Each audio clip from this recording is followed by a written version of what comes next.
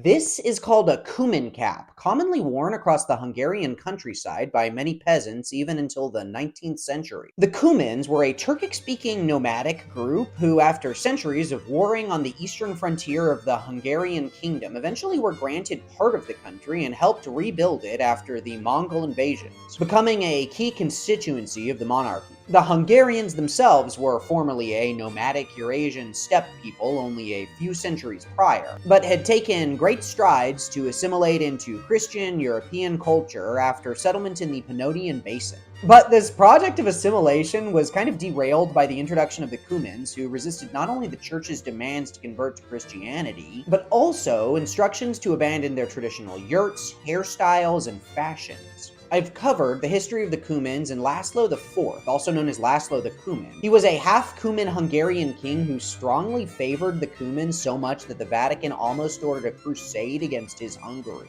And you can see him depicted in this 14th century chronicle wearing Cuman-influenced apparel, including this folded, pointed hat poking out from underneath his crown. The Cumans are often depicted in pop culture with these intimidating mustachioed masks connected to their conical helmets. And while the masks did exist but were probably not as common as they were in Kingdom Come Deliverance, they certainly favored pointed helmets. And this style was also reflected in their trademark cap. The Cuman cap, which I've also seen called the cap of Tours and the Hungarian sugarloaf cap, remained common even until the 18th century in Hungary. Not just among people descended from the Cumans, but also among all types of Hungarian peasants. It honestly is one of the many fascinating and unique hats worn by Hungarian folk, among whom hats were often considered an essential and almost always worn garment. Gradually, the hats decreased in size and were replaced by shorter, more wide-brimmed hats.